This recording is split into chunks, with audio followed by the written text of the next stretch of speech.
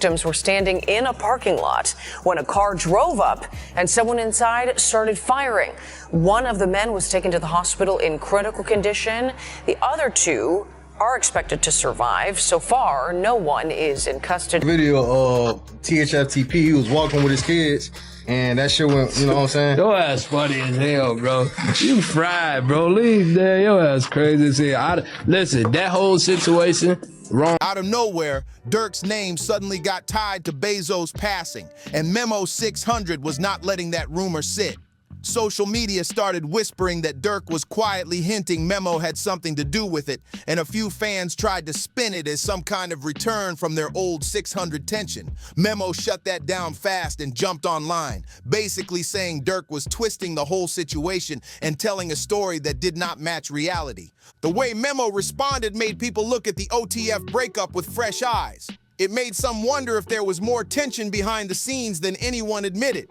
As many already heard, THF Bayzoo passed recently. He was hit several times outside a shop in Chicago's Little Village on a Saturday afternoon. He was not alone either. Zoo had two people with him when a car pulled up and someone started shooting out of nowhere. The shooting happened around 3 p.m. near 31st and St. Louis in Little Village. All three men were hit and taken to the hospital. At first, social media kept spreading the claim that Bezos survived after being struck in the chest, and people thought he was still fighting. But by the next morning, his friends began posting tributes, and the news became confirmed. THF Bezos did not survive.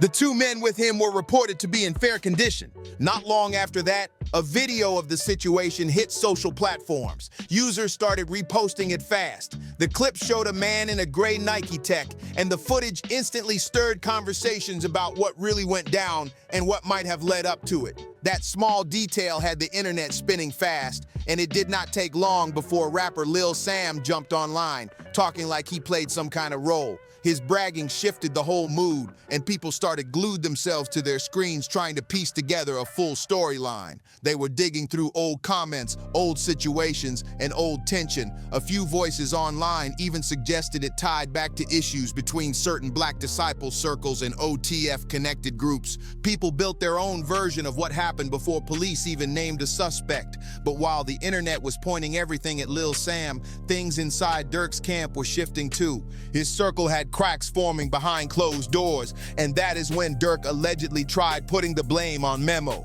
Memo was not accepting that at all. It left people asking why Durk would even look in Memo's direction. The truth is, Durk and Memo have been distant for a long time now. Memo was removed from OTF a while back, and anyone who follows that movement knows OTF treats loyalty like it is the first rule on the wall. Loyalty is everything in that world. Once Memo got dropped, the conversations about loyalty started floating heavy. People said Durk started giving that energy of you cannot sit at this table unless you are fully committed. Village, 3 men are in the hospital after a shooting. This happened around 3 this afternoon near 31st and St. Louis. They saying happened is insane, but it seemed like the internet had already got this already figured out. You don't know what I'm talking about? They said they sliding for Zoo, right? It made the whole situation feel colder. Memo did not stay quiet either. He addressed it in interviews and spoke on live, making it clear he felt the split in a real way. People began saying Durk wanted everyone around him to put OTF above their own neighborhood, like you could not have any outside ties at all. That is when the real cracks started showing between him and Memo. Memo did not want to play the younger role anymore, and Durk was not interested in keeping anyone close who felt halfway committed. After that, the rumors started growing on their own. Talk around the streets and online pushed the idea that Durk believed Memo's crew had connections with a BD group that had tension with OTF for years. That same connection started getting mentioned again when people discussed Bezos' passing, which made the situation look even messier from Durk's angle. He had just lost someone close, and now whispers were floating that someone from his old circle might be friendly with people he did not trust. That alone made Durk's trust issues rise fast. Then the part that really added pressure hit the internet. The group chat rumor. People started posting that Durk heard Memo was laughing about Bezos passing inside a private chat with his own people. Nobody knows if that is true or not, but the story spread across platforms almost instantly. From Durk's view, it looked like total disrespect. It made it seem like Memo was mocking something serious instead of showing any kind of respect for someone they both knew. So to Durk, the picture looked bad. Memo appeared too close to the wrong crowd, too distant from OTF, and too comfortable reacting in a way Durk would never accept. Once that energy started circulating, it moved through the fan base and the streets in minutes. People in the scene started choosing sides quietly, trying to figure out what was real and what was rumor. Durk began feeling like Memo was no longer someone he could trust, and that word spread fast. But Memo was not the only one being mentioned in conversations tied to Bezos. Another name that kept getting thrown into the mix was Lil Zay Osama. Lil Zay had been going online taking shots at Durk, Zoo, and the whole crew, talking bold about getting his payback after his watches were taken by THF members years back. He even talked like 2 watches got taken, but 5 lives were lost. That showed how serious the tension had grown. And THF Bayzoo was not just a random figure in the city. Zoo was a major player in the Chicago landscape. He came from THF, short for Trigger Happy Family, a set that includes a mix of Black Disciples and Mickey Cobras out of the Woodlawn area on the south side. That group has tight links with O-Block 600 and Lamron, which is how Bezos got close with Lil Durk. But those same alliances might have also put pressure on his name. The problems with Lil Zay Osama started years ago after the watch situation.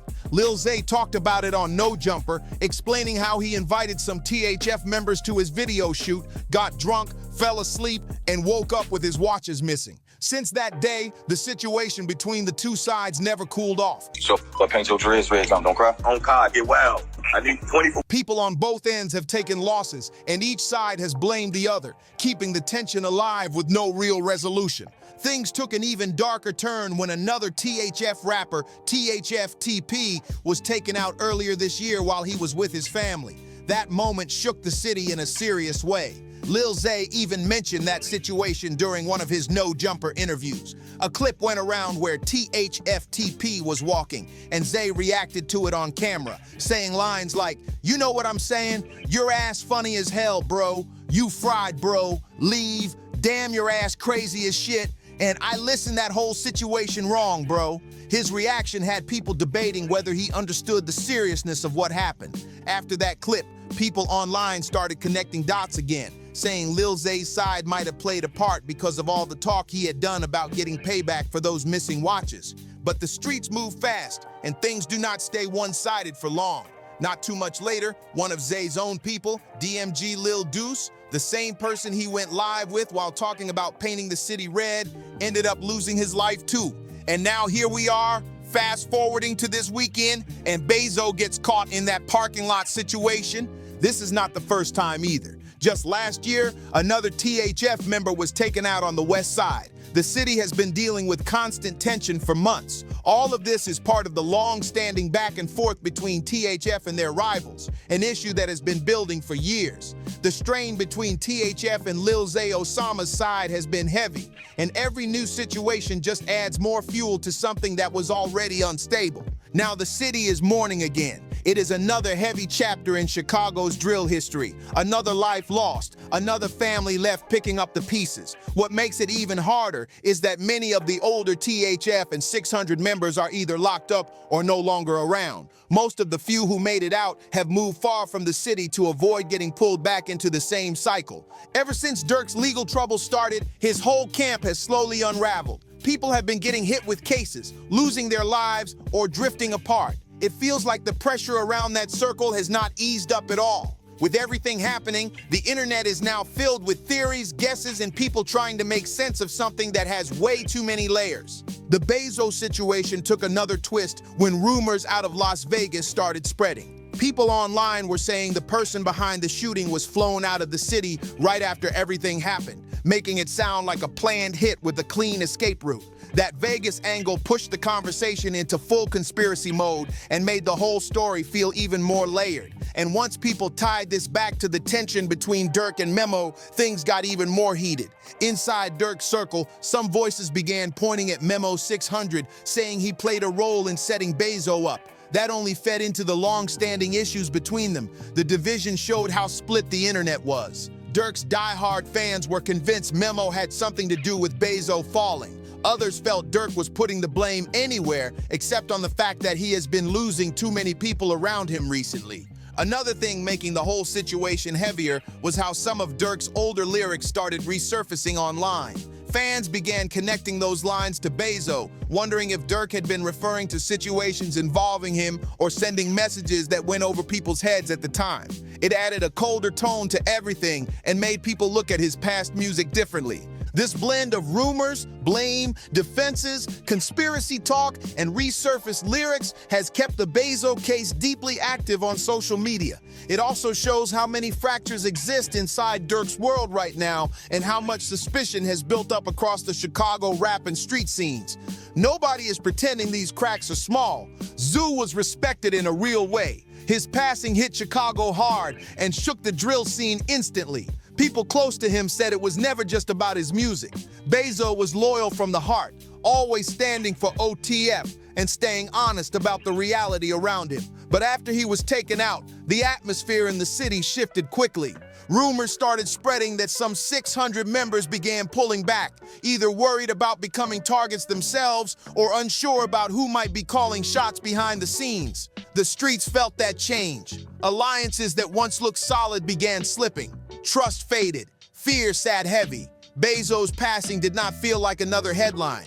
It felt like a signal that things were far from calm and that people needed to move carefully. Zoo's legacy remains untouched. He represented the South Side with real stories about loyalty, survival, and the daily struggle. His presence earned respect, and the impact he left behind is something fans, artists, and the streets still carry with them. But the way people reacted right after his passing showed how unstable things really were. People started pointing at each other, whispering about motives, and forgetting the bigger picture. That is what Memo tried to highlight when he clapped back. He made it clear that people were fighting each other while, in his own words, the real threats out here were watching and playing people like pieces on a board. His response was more than a defense. It was a reminder about loyalty, perspective, and keeping eyes on what matters. Now, the question the streets keep bringing up is who truly caused Bezos' death. Theories are everywhere, and the reasons people suggest are just as tangled as the situation itself. Some believe it traces back to the stolen watches, saying it was a chain reaction from Lil Zay Osama's well-known watch incident, a situation that left losses on both sides and never fully cooled down. Others started pointing at certain Black disciple groups, saying this might have been a setup tied to old tension that never fully went away. Chicago is known for grudges that stay alive for years, and people believe this was another one of those moments where past issues came back around. The tough part about Zoo's situation is that he was always a visible target. His connection to OTF and the drill world kept pressure on his name, and once Durk's name got mixed into the rumors, everything became even more complicated, building layers of doubt and conversation. That is the space where Memo's name got dragged in. People wanted someone to blame quickly, and Memo was placed right in the middle of the discussions. But being accused does not mean he played a role. He could have been the person easiest to point at, or simply someone caught in the wrong storyline at the wrong moment. The bigger picture here goes beyond one situation. Bezos' passing represents how fragile loyalty has become in Chicago. Trust is limited, alliances shift fast, and everyone stays alert. Every shooting, every rumor, every subtle move online adds to a much larger narrative about a scene where loyalty gets tested constantly and too many lives end up tangled in long-running feuds. The aftermath of Bezos' passing hit the community hard. Well-known names in the drill scene like Prince Dre, 21 Savage, and Pooh Chitty shared their reactions online, posting tributes and speaking on the loss. You could feel the sadness, but also the weight of reality. The same cycle of tension, conflict, and loyalty battles continues, shaping the drill world in ways that many artists have been trying to break free from for years. Here is what stood out. The way Memo 600 responded was bigger than just defending himself from Durk's alleged accusations. He was calling out what he saw as hypocrisy, saying people were quick to toss blame, but slow to acknowledge their own part in the mess. In his words, it felt like he was saying, "Stop putting that street karma on me when y'all ain't even owning y'all part in it." That message hit because it showed how scattered the loyalty really is behind the scenes. But another person carrying the weight of all this is Durk. His situation behind bars has been getting more complicated with time. Durk is still fighting serious charges involving conspiracy and an alleged murder for hire connected to a 2022 retaliatory hit involving Lil Pav, the cousin of Quando Rondo. The case is stacked with digital evidence and multiple co-defendants, which has slowed the entire process down. The trial has been moved to October 2025, so both sides can prepare for what is shaping up to be one of the biggest court battles tied to hip-hop in a long time. Then things took another turn. Word came out that Durk was caught with a contraband Apple Watch while locked up, and he reportedly tried to break it before officers could take it. That only raised more questions about whether he was trying to reach outside, talk to people he should not be talking to, or influence parts of the case. Prosecutors are saying he holds enough power to sway things from the inside, so much so that they are now pushing for an anonymous jury to keep the situation stable and neutral. Another twist came when a confidential witness stepped forward, claiming Durk put out bounties on 6 different people while he was still locked up.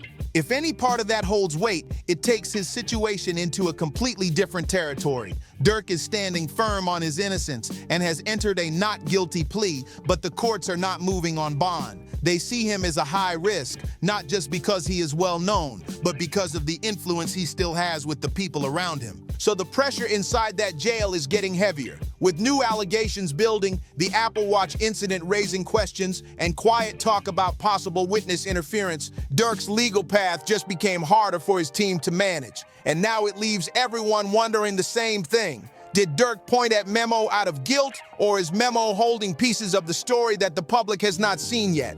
If you made it this far, make sure you drop a like, hit subscribe, share the video, leave a comment, and I will see you on the next one.